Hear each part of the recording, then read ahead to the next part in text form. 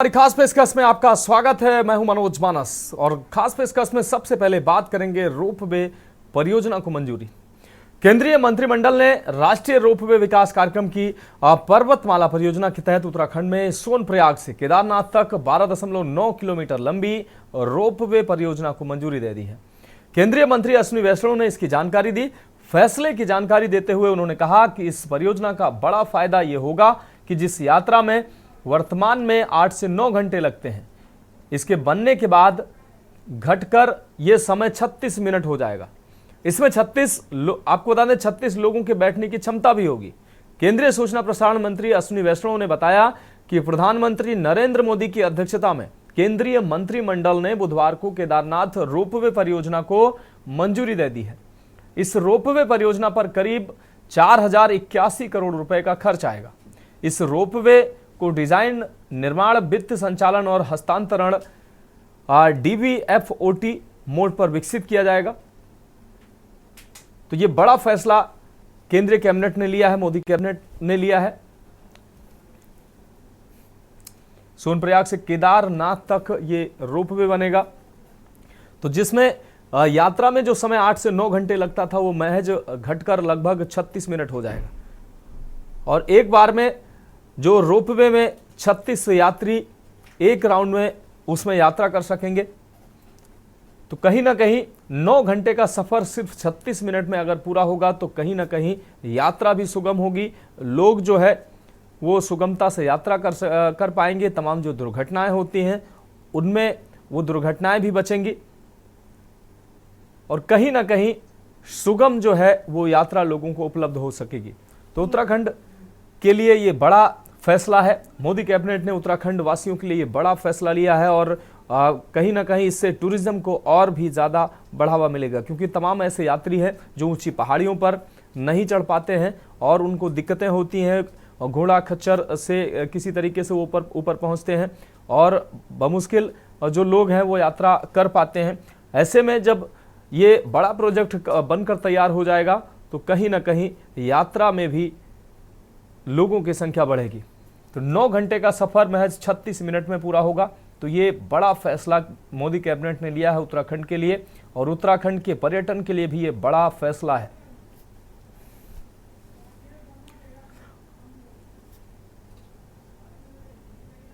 और इस खबर पर ज्यादा जानकारी के लिए हमारे ब्यूरो चीफ राजेश वर्मा हमारे साथ जुड़ गए हैं। राजेश जी, उत्तराखंड के लिए ये बड़ा दिन है, बड़ा फैसला मोदी कैबिनेट ने लिया है। रोपवे का निर्माण का फैसला लिया गया है। सोनप्रयाग से केदारनाथ तक रोपवे बनेगा, जिससे 9 घंटे की जो दूरी है, यात्रा की दूरी महज 36 मिनट में हो जाएगी। क्या कुछ पूरा अपडेट है इस खबर पर राजेश जी?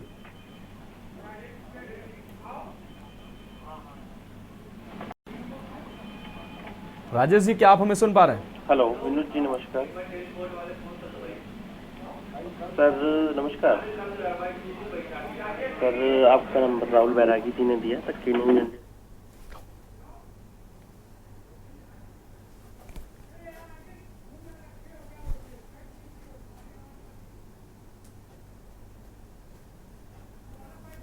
तो 9 घंटे का सफर महज 36 मिनट में कंप्लीट होगा। मोदी कैबिनेट का यह बड़ा फैसला उत्तराखंड के लिए, ये बड़ा फैसला है। सोनप्रयाग से केदारनाथ तक ये रोपवे बनेगा और 4081 करोड़ रुपए इसका खर्चा आएगा। तो 9 घंटे का सफर महज 36 मिनट में कंप्लीट होगा। उत्तराखंड के पर्यटन के लिहाज से ये बहुत बड़ा फैसला है। बड़ी संख्या में यात्रियों को इस परियोजना के कंप्लीट हो जाने पर यात्रा में सुगम यात्रा करने में मदद मिलेगी और यात्रा और पर्यटन को भी कहीं ना कहीं बड़ा बूस्ट मिलेगा इस परियोजना के पूरे होने के बाद। तो मोदी सरकार का ये बड़ा फैसला, मोदी कैबिनेट ने ये बड़ा फैसला उत्तराखंड वासियों के लिए लिया है। पर्यटन, उत्तराखंड के पर्यटन के दृष्टिगत ये बड़ा फैसला कहा जा सकता है।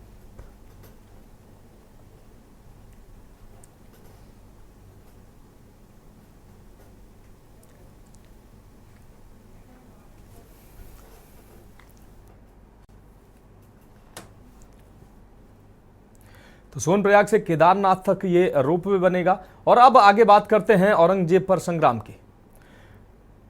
दरअसल समाजवादी पार्टी के विधायक अबू आसिम आजमी को सदन के मौजूदा सत्र से निलंबित कर दिया गया है। इस फैसले के बाद राजनीतिक गलियारों में हलचल तेज हो गई है। एक तरफ सपा प्रमुख अखिलेश यादव ने आजमी का बचाव किया तो सीएम योगी ने इस पर करारा हमला बोला। वहीं कांग्रेस ने भी इस मसले पर सपा को घेरा है। यूपी के मुख्यमंत्री योगी आदित्यनाथ ने उत्तर प्रदेश विधान परिषद में अपना वक्तव्य देते हुए इस मुद्दे पर तीखी प्रतिक्रिया दी।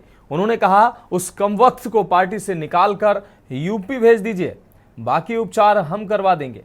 उन्होंने कहा कि जो व्यक्ति छत्रपति शिवाजी महाराज पर गौरव करने की बजाय लज्जा महसूस कर रहा हो और औरंगजेब को अपना नायक मान रहा हो, क्या उसको भारत में रहने का अधिकार होना चाहिए।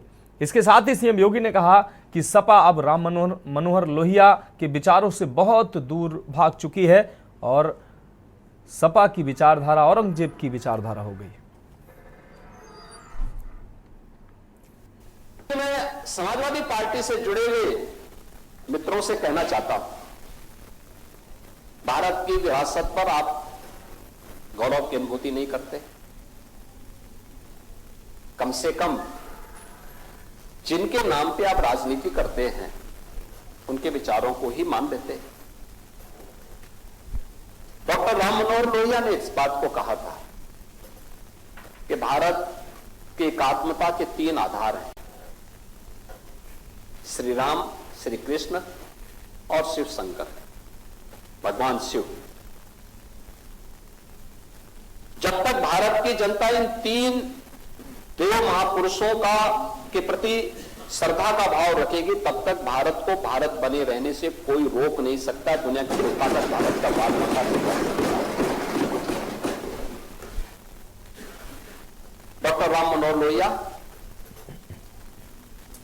प्रखर समाजवादी थे। और इस खबर पर ज्यादा जानकारी के लिए हमारे संवाददाता शिवा शर्मा लखनऊ से हमारे साथ जुड़ गए हैं। शिवा, अब औरंगजेब का संग्राम यूपी में भी घमासान शुरू कर चुका है। अबू आजमी के बयान पर यूपी में अब सियासी पारा हाई नजर आ रहा है। मुख्यमंत्री ने जहां उस पर तंज कसते हुए, उस बयान पर तंज कसते हुए कहा कि उनको यूपी में भेज दीजिए, उनको हम ठीक कर देंगे, वहीं समाजवादी पार्टी के मुखिया अखिलेश यादव ने अबू आजमी का बचाव किया है। देखिए, बिल्कुल आज विधानसभा सत्र का आखिरी दिन था और जब सदन में मुख्यमंत्री योगी आदित्यनाथ बोल रहे थे तो उन्होंने अबू आजमी के दिए गए बयान पर भी टिप्पणी की है और उन्होंने कहा इस तरीके का बयान दिया जाना ऐसी मानसिकता को दर्शाता है कि वो अगर औरंगजेब को अपना आका मानते थे, अगर औरंगजेब को वो बहुत ज्यादा विद्वान मानते थे, तो उनका भारत में रहने का क्या मतलब है। ऐसे में मुख्यमंत्री ने कहा कि अगर अबू आजमी को यूपी भेजा जाएगा तो यूपी सरकार इनका ठीक से इलाज कर सकेगी और भारत में इनका ऐसे लोगों का रहने का कोई भी औचित्य नहीं है जो इस तरीके के बयानबाजी करते हैं। तो वही अखिलेश यादव ने मुख्यमंत्री के दिए गए बयानों के बाद से सोशल मीडिया एक्स पर पोस्ट करके उन्होंने अपने विधायक का समर्थन करते हुए कहा है कि उनका कार्यकर्ता किसी भी तरीके से गलत नहीं है, अबू आजमी किसी भी तरीके से गलत नहीं है और किसी तरीके की अगर कोई निंदा कोई राजनीतिक दल करता भी है तो हम उसके लिए अपने बयानों को लेकर के अडिग है और निलंबन से किसी भी तरीके से पार्टी झुकने वाली नहीं है। तो एक तरफ मुख्यमंत्री इस बात को लेकर के बहुत ज्यादा उनके तल्ख तेवर है अबू आजमी के बयान को लेकर के, लेकिन सपा मुखिया अखिलेश यादव अबू आजमी के दिए गए बयान पर बहुत ज्यादा सपोर्ट करते दिखाई दे रहे हैं। बिल्कुल शिवा, इस तमाम जानकारी के लिए आपका बहुत शुक्रिया। तो आपको बता दें कि अबू आजमी के बयान पर यूपी में अब सियासी पारा हाई है। अखिलेश यादव ने जहां अबू आजमी का बचाव किया, वहीं मुख्यमंत्री योगी आदित्यनाथ ने साफ तौर पर निशाना साधा कि अबू आजमी को यूपी भेज दीजिए, उनको यहां ठीक कर दिया जाएगा। और अब हम बात करेंगे भाई पर एक्शन, परिवार में फैक्शन की। दरअसल बसपा सुप्रीमो मायावती ने आकाश आनंद को पार्टी से निकालने के बाद अब उनके पिता आनंद कुमार को भी नेशनल कोऑर्डिनेटर पद से हटा दिया है। उनकी जगह रणधीर बेनीवाल को नेशनल कोऑर्डिनेटर बनाया गया है। भतीजे आकाश आनंद के पिता आनंद कुमार राष्ट्रीय उपाध्यक्ष बने रहेंगे। मायावती ने एक्स पर बयान जारी कर कहा कि काफी लंबे समय से निस्वार्थ सेवा व समर्पण के साथ कार्यरत बीएसपी के राष्ट्रीय उपाध्यक्ष आनंद कुमार, जिन्हें अभी हाल ही में नेशनल कोऑर्डिनेटर भी बनाया गया था, उन्होंने पार्टी व मूवमेंट के हित के मद्देनजर एक पद पर रहकर कार्य करने की इच्छा जताई है, इच्छा व्यक्त की है, जिसका स्वागत है। मायावती ने लिखा कि ऐसे में आनंद कुमार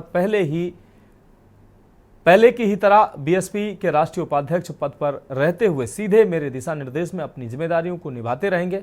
अब उनकी जगह यूपी के जिला सहारनपुर के रहने वाले रणधीर बेनीवाल को नेशनल कोऑर्डिनेटर की नई जिम्मेदारी दी गई है।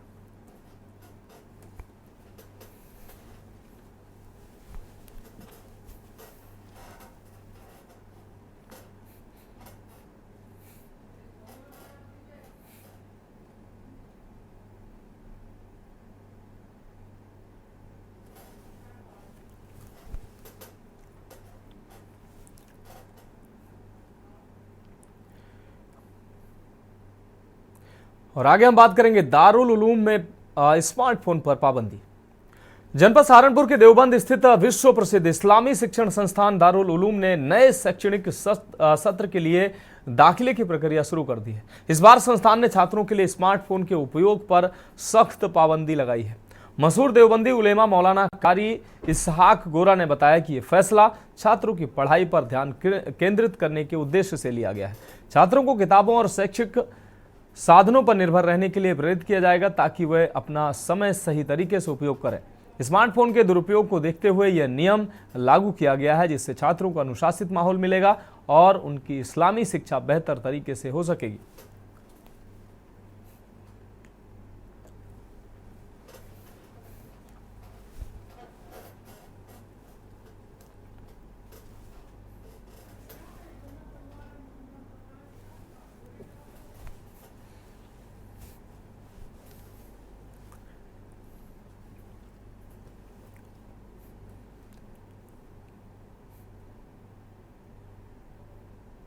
अस्सलामुअलैकुम वरहमतुल्लाहि वबरकातुहू।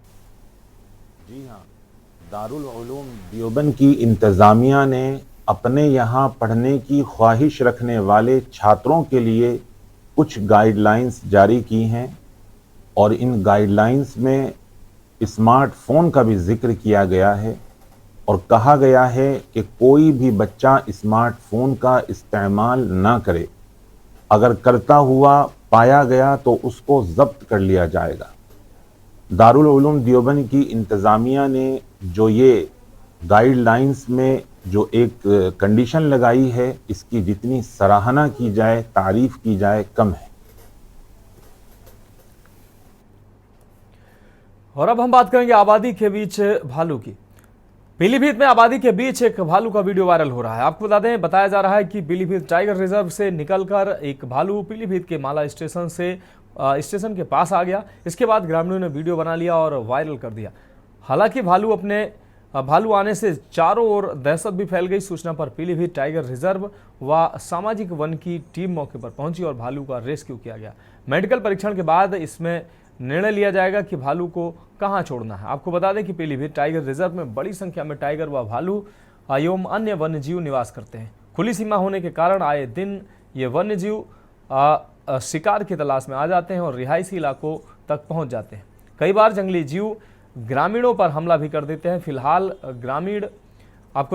भालू पकड़े जाने के बाद ग्रामीणों ने राहत की सांस ली है।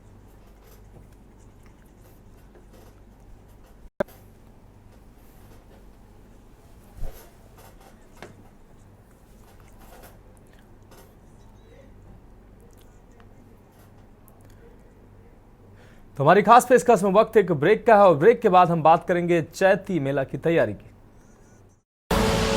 आप देख रहे हैं के न्यूज, खबरों का सारथी। ब्रेक के बाद हमारी खास पेशकश में एक बार फिर से आपका स्वागत है। हम बात कर रहे हैं चैती मेले की तैयारी लगातार जारी। सदियों पुरानी परंपरा, भक्ति और व्यापार का संगम काशीपुर का चैती मेला एक बार फिर अपनी पुरानी पहचान में लौट रहा है। जहां बीते वर्षों में दुकानों के स्थान बदले गए थे, वहीं इस बार फिर से मेला अपने पारंपरिक स्वरूप में लगेगा। प्रशासन ने तैयारियां भी तेज कर दी हैं, अधिकारी मुआयना कर चुके हैं और जल्द ही टेंडर प्रक्रिया भी पूरी होने वाली है। आखिर कैसे बदलेगा इस बार चैती मेले का रंग, हमारी खास रिपोर्ट में देखिए।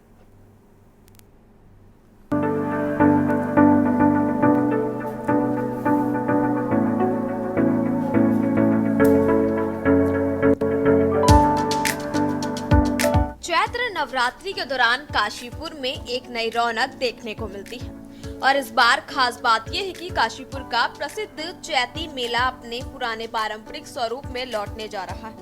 हर साल मां बाला सुंदरी देवी मंदिर के आशीर्वाद से ये मेला उत्तराखंड और उत्तर प्रदेश के लाखों लोगों के लिए आस्था, व्यापार और मनोरंजन का एक बड़ा केंद्र बनता है। चैती मेला सैकड़ों साल पुरानी भक्ति परंपरा का हिस्सा है और अब ये सिर्फ धार्मिक आयोजन नहीं बल्कि व्यापार और मनोरंजन का भी महत्वपूर्ण मंच बन चुका है। पुराने समय में यहाँ किसान अपनी फसल की बिक्री के लिए आते थे, जिस कारण इसे खेती मेला भी कहा जाता था। इस साल प्रशासन ने मेले की तैयारियों को लेकर विशेष ध्यान दिया है। काशीपुर के एसडीएम अभय प्रताप खुद मेला स्थल का निरीक्षण कर रहे हैं और पारंपरिक दुकानदारों को उनके पुराने स्थानों पर फिर से व्यापार करने का अवसर मिलेगा।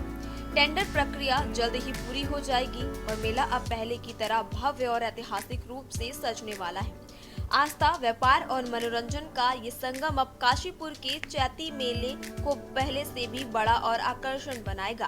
प्रशासन की पूरी तैयारी के साथ इस साल का मेला सभी के लिए एक यादगार अनुभव होने की उम्मीद है। मैं बताना चाहूँगा कि चैती मेले का इस वर्ष का जो आयोजन है 2025 का, ये 30 मार्च से लेकर 27 अप्रैल तक रहेगा। इसमें जिलाधिकारी महोदय की अध्यक्षता में जो बैठक होती है वो हो गई है। उसमें जिलाधिकारी महोदय के द्वारा जो दिशा निर्देश दिए गए हैं उसी के अनुसार मेला कराया जाता है। और मेले से पूर्व हमने एक जिला अधिकारी महोदय के निर्देश में एक परामर्श समिति है, उसकी भी हमने बैठक कराई थी। बैठक में जो हमें सुझाव प्राप्त हुए थे वो सारे सुझाव हमने जिलाधिकारी महोदय की बैठक में रखा था और उसमें से सारे सुझाव को उनका परीक्षण किया गया। परीक्षण करने के बाद एक जो हमारे पूरे चैती मेले का नक्शा है उसमें एक संशोधन भी किया जा रहा है, क्योंकि पुराने नक्शे में बहुत सारी ऐसी चीज़ें थी दर्शाई गई थी जो मौके पे नहीं थी। ऐसी बहुत सारे सेक्टर थे जिनका एरिया कम था लेकिन आवश्यकता ज़्यादा की होती थी क्योंकि भीड़ बहुत हो जाती थी। जैसे सबसे कॉमन एग्जांपल है जो हमारा सिलबट्टा मार्केट है, ये पुराने नक्शे में बहुत अंदर था और हमेशा जो सिलबट्टे से संबंधित जो उनके काम करने वाले शिल्पकार हैं वो हमेशा रोड पे ही बैठते थे, तो इस बार नए नक्शे में उनको रोड पे ही जगह दी गई। इसके अलावा जो हमारा झूला सेक्टर होता था उसका एरिया काफ़ी कंजस्टेड हो जाता था। तो इन सब चीज़ों को लेके बहुत ही जल्दी जो है हम 1-2 दिन के अंदर ही टेंडर की प्रक्रिया प्रारंभ कर देंगे और हर वर्ष की तरह जैसे टेंडर होता है उसे टेंडर करा के एक अच्छा मेले के आयोजन करने का हम लोग प्रयास करेंगे और ये प्रयास करेंगे जो पुरानी उसका जो स्वरूप है वो बचा रहे और अधिक से अधिक यहाँ पे श्रद्धालु आए और उनको किसी प्रकार की कोई समस्या न हो। तो इस बार चैती मेला अपनी परंपरागत पहचान में लौट रहा है, जहां आस्था, व्यापार और मनोरंजन सब कुछ होगा। प्रशासन की तैयारियां जोरों पर हैं और उम्मीद है कि इस साल का मेला भव्य और ऐतिहासिक होगा। आप भी इस मेले का हिस्सा बनने के लिए तैयार हो जाइए। स्पेशल डेस्क के न्यूज़ इंडिया।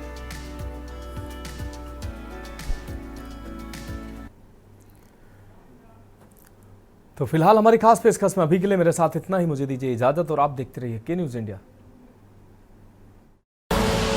आप देख रहे हैं के न्यूज़, खबरों का सारथी।